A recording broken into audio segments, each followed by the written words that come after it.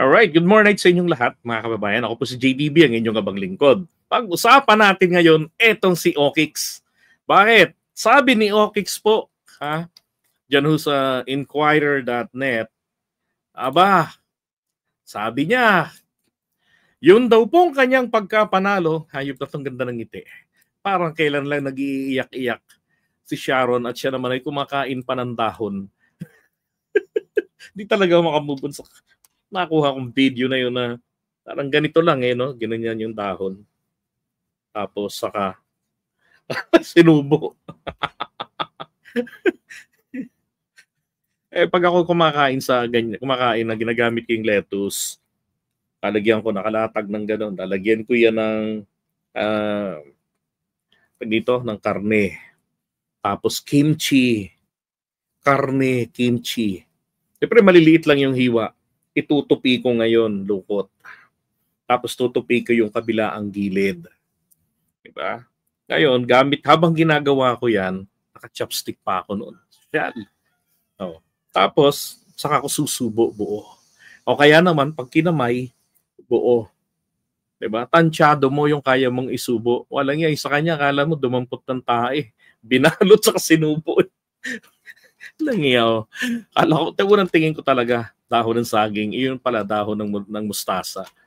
Ay, nako. Anyway, ito naman yung sinabi niya kahapon. Ang petsa ito.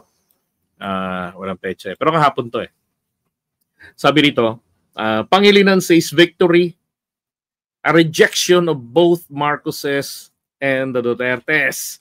So, ibig sabihin ni Kiko, nanalo ako dahil ayaw na sa inyo ng mga tao. And therefore, see you in 2028. So, Kiko for president ba to? Sira ulo, di ba? Imagine, hindi nga siya nag-number 1 sa eleksyon. Number 1 si Bongo, garnered 27 million votes. For me, that's questionable. Yung lahat sila. Questionable yung 5 milyong boto nilang lahat para sa akin. Because remember the duplication? Hindi naman nila nagamot yun Okay. Ito. So bakit po ito nakakabwisit? Kasi marami ho ng mga Marcos supporters ang binoto si Kiko. 'Di ba? Marami hong mga umasa sa budol na unity. At pati ito pinilit na palitawin pang ayaw nyo ba yan? Nagkakaroon na nga sila ng unity. Unity na sila, uniteam na yan. Uniteam. Alam nyo, ito ang pinakamalaking puhunan. Sabi nga ni Sir Carlos Maglasang sa GC namin, ito ang pinakamalaking capital ni Kiko Pangilinan. Diba? Sa mga loyalista, sa mga Marcos supporters, ito. Kasi nung lumabas ito, itong picture na to, nung nagpunta sila sa Malacanang, ang akala ng marami, naku, okay na sila ni Kiko, di BBM. Diba? Ito kasi si Sharon, kaya rin ako naiinis sa kanya, nung magsalita ng hindi maganda itong si Okix, remember?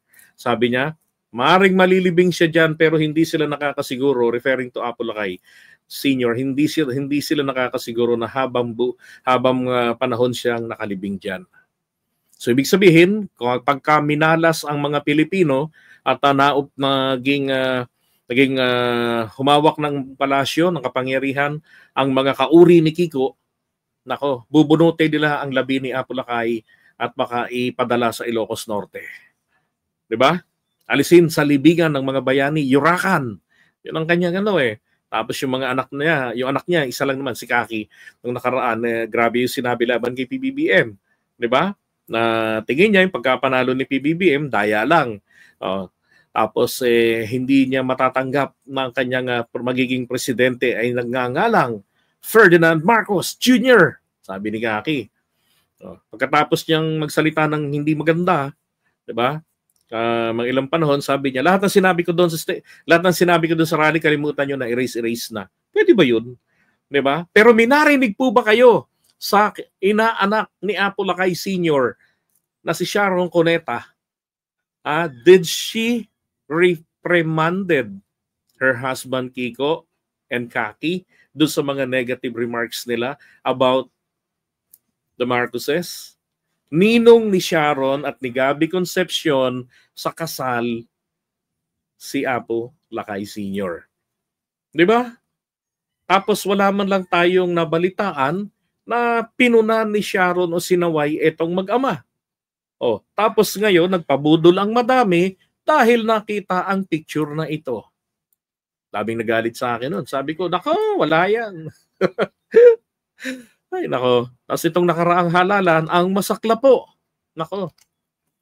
Marami rin naman sa aming mga vloggers at mga influencers ang binitbit si Kiko for money. Eto nga, sabi ni Kiko, para doon sa mga nabudol, pinipilit magpabudol diyan sa picture na yan, ito lang naman yung dahilan ni Kiko, ba't siya nandun? Dumalo ako doon sa konsyerto bilang pagsuporta sa local film industry. Dahil sa imbitasyon ng Malacanang at para samahan ng aking wifey, si Sharon. Considered by many as one of the pillars. So, kinikilala ng marami na isa sa mga haligi ng film industry ng bansang ito. Pinasasalamatan namin ng Malacanang sa pagsuporta sa Philippine cinema just as we support Malacanang's decision to ban Pogo. And its position in defending our sovereignty against Chinese aggression. Okay? Showing up to support and appreciate the initiatives of Malacanang that we ourselves support and advocate does not mean we have abandoned our principles. Na ano yun? Ayaw ko talaga sa Marcos. Never again. Tapos, itong nakarang halalan, ang pinaniwalaan, pinakinggan ng madami sa atin, ay yung gumamit na naman sa budol na Uniteam. Diba? Ito mga kababayan, ay Uniteam ito. Ang sabi nga ng Pangulo, pagkakaisahin ng buong bansa. Opo, pagkakaisahin ng buong bansa. Hindi po mga politiko ang tinutukoy doon. Sapagkat sa mga politiko, napakahirap pong magkaisa. They may be at peace for a short period of time for few reasons. 'Di ba? Na nagkaroon sila ng pagkakasunduan kasi meron silang gustong maatim. Katulad nung nakaraang nangyari sa Alyansa. May nangyari doon sa sa coalition ng Uniteam. Pagkatapos ng halalang kanya-kanya na yang mga yan. 'Di ba? Tingnan niyo si Toby Chanko na yung pagkadismaya niya hindi niya maitago. Diba? May part din naman siya sa pagkakamali na yun. Ay nako. Now going back dito, sana po dapat po kasi nadadala. Okay? Kung etong mga dilawan ay nadala kay Apo Lakay, nadala sa pamilya Marcos noon. Kaya ayaw nila, hanggang ngayon ayaw nila. At nag-reflect naman talaga ang kanilang tunay na pagkakaisa. Di ba? Na kung na nangyari nga kung ibinoto man lamang nila yung sila Manny Pacquiao, yung iba pang kandidato ng Uniteam, ng Alyansa, laglag etong sila Camille Villar at saka etong si Amy Marcos, di ba? So sila lang talaga, solid votes lang sila or black voting lang silang mga dilawan, mga kakamping. Pero maramot na nga sila sa pagboto, maramot sila sa pagsuporta, nanahimik lang sila noon. 'Di ba? Ang problema, ang mga Marcos supporters, nako, hindi malaman kung anong hangin ang sasagapin. Parang tipong kahit na si Satanas ang dumikit sa Pangulo, nako, yayakapin sa ngalan ng Uniteam. Ang pagkakaisa po, sinusuri din po sana yung pagiging genuine nito. 'Di ba? Ayan, nakita nyo naman sa picture. Doon lang sa simpleng picture na to lang, ang dami ng nauto. No. Tapos sinabayan pa ng naalala ninyo nung nag-iiyak si Sharon kasi bakit hindi raw ayaw raw iboto ng mga Pilipino? Tinignan ko ang history ni Kiko Pangilinan. Previously, ang boto niya parang nasa 14 million, 99. Wala pa siyang 15 million. Mas mataas sa kanya si Manny Pacquiao noong 2016 election. Tapos, ilan ang boto niya ngayon? Parang 14 million. So, kung titignan niyo hong maigi, doon sa 14 million na yon, posible hong mga 3 million pang mga loyalista ang bumoto kay Kiko Pangilinan. So, Kiko's vote was actually just 10 million, around 10 million or 11 million sabihin natin. Oh. Diba? So, talo sana siya. Ang problema, may mga nakatanggap ng, may mga naoperahan po no, sa amin. May mga naoperahan, may mga nagka-coaching bago. Hindi ko alam kung sa kanila galing yun, pero may mga naoperahan. Kasi eto nga si Mami Peng, si Mayora Peng ng Zelda 14, tinangkaran rin po nilang operahan. Yung staff ni Okix tumawag at tawag dito nag-offer. Tanong-tanong nung muna kasi na na yung content mo, ano bang magagawa rin niya sa mga single parent, bla bla bla, kasi byuda yun na ganyan.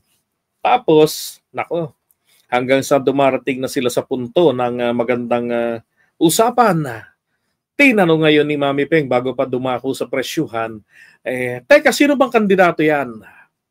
Nung sinabing si Kiko, okay Kiko, putang ina yan. Sabi ko, grabe ka naman Mami Peng. Sana kinausap mo munang maigi para nalaman mo magkano bagsakan ng presyo. Baka malay mo mga 500k yan, baka 300k yan naman. Sabi ko sa kanya, sana pala kinausap ko, sana nga na-record mo pa meron tayong magandang pulutan. Lalo na kapag oras ang bumalentong na si Kiko, ito na nga bumalentong na, sayang.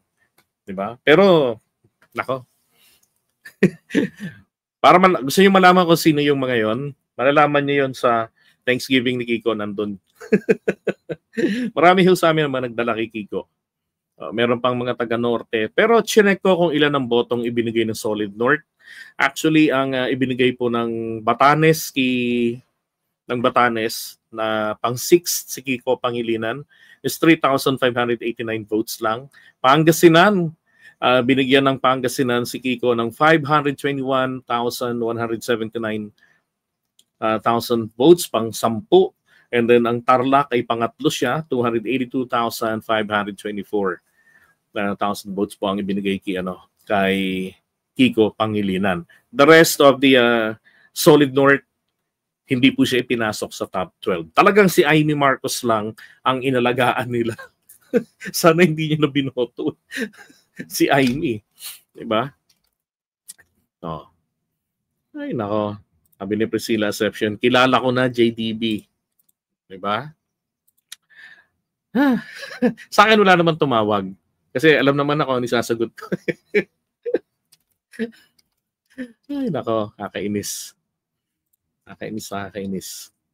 Yung mga dating tumatawag sa kanyang Chongo, kay Kiko noon. Ito, di ko naman tinatawag ng Chongo to noon O Kikong Matching, di ko naman ginaganon Okix lang ang tawag sa kanya.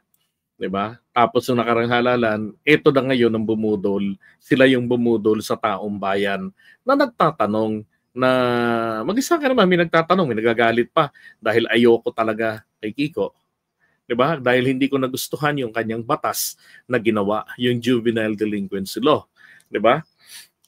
Yan ang naging dahilan kung ba't napakaraming kabataang magulang na sutil ang ugali, lalo na yung mga anak, kapareho din nilang sutil. Dahil dun sa kanyang batas. At bukod pangalawa na lamang yung remarks nila mag-ama na nagpapakita na talagang anti-Marcos talaga.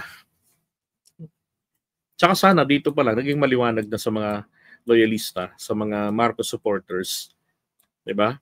Na unlike Trillanes, Si Trillanes, tawag dito, hindi ganito yung tono. Sabi nga ni Trillanes sa amin, kaibigan ko naman yan si BBM. Oh.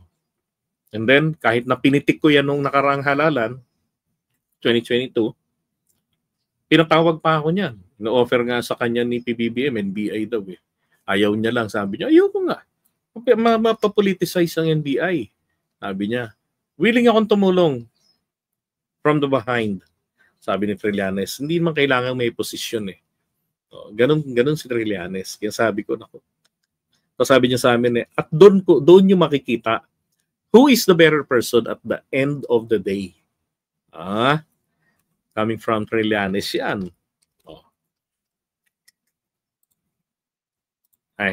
Diba? So wala tayong magagawa, ano na lang. Sabi ni Jemmy Boy Biyahe, Jemmy Boy Bahay, nagpalit agad ng anyo. Diba? Bumalik lang naman talaga siya sa dati na I am an anti-Marcos and I am an anti-Duterte. Okay lang, diba? Mapapakinabangan pa rin naman natin siya sa pagiging anti niya. Tingnan natin ang magiging performance ni Okix dyan po sa impeachment, diba? At sa pagsasubmit ng mga panukalang batas. Wala tayong magagawa. Tulad ni Robin Padilla, kailangan nating sikmurain ng 6 na taon. Kay Robin Padilla, 3 taon na lang sana yung nalalabi. Baka maisipan nyo pang iboto uli. Pag dumikit sa lineup ng admin, wag naman sana. Diba? Lagi po natin i-considera ang kapakanan ng ating bayan. Diba? So, ibig sabihin ko lang nito, dagdag kalaban to ni PBBM dyan sa Senate. Ay, naka.